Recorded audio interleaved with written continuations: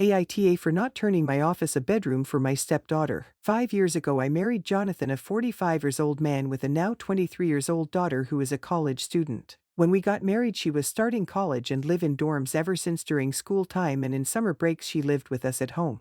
But she did travel a lot with her friends and also stayed some time with her mother, so she stayed with us a month maximum. Later on, when she was 21, she decided to live on her own even in summer breaks. My husband and I also decided to buy a new house for ourselves. It is a very small cozy house consisting of one bedroom, which is the master bedroom. I am a professor, but I mainly work from home as I give online classes, not in university. My schedule goes from 8 am to 6 p.m. with breaks in between. First I used to do it in-house, but it was just distracting for me and my husband as well, so I rented studio, but that wasn't ideal either as it was expensive rent and studios had almost zero resources for me to use in breaks. So I decided to reform the house by installing an external studio that will be attached to the house like garages basically, and my husband agreed. Mind you, I paid for the whole process alone. Now my stepdaughter had to quit her job and can't pay rent now for her home or even dorms, so my husband told her she could come. I talked with my husband, reminding him that we have only one bedroom occupied by us. He said that his daughter can sleep in my studio if we get her a bed. I told him my studio is basically my office. I work there for long hours and she is a college student that's not gonna work. She needs to focus, and so do I. Plus adding a bed can't be an option because my office desk takes most of the space. If I got rid of the desk I can't work. He told me that this is an emergency and I can rent a studio for myself again. Now I paid to install a permanent studio in the house just so I wouldn't pay rent for other studios. I already paid for a studio. Why should I leave the studio I paid for to rent other studios? And if renting and being in other studios was practical for me, I wouldn't have gone through the headache of reformation.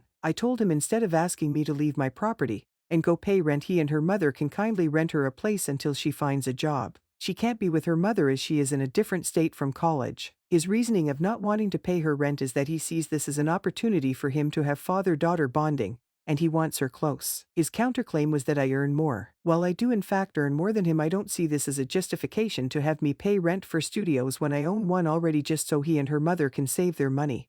And not like they are poor. I don't know about my husband's ex, but my husband isn't poor. Now he promised his daughter a place in our home, but I am not backing down.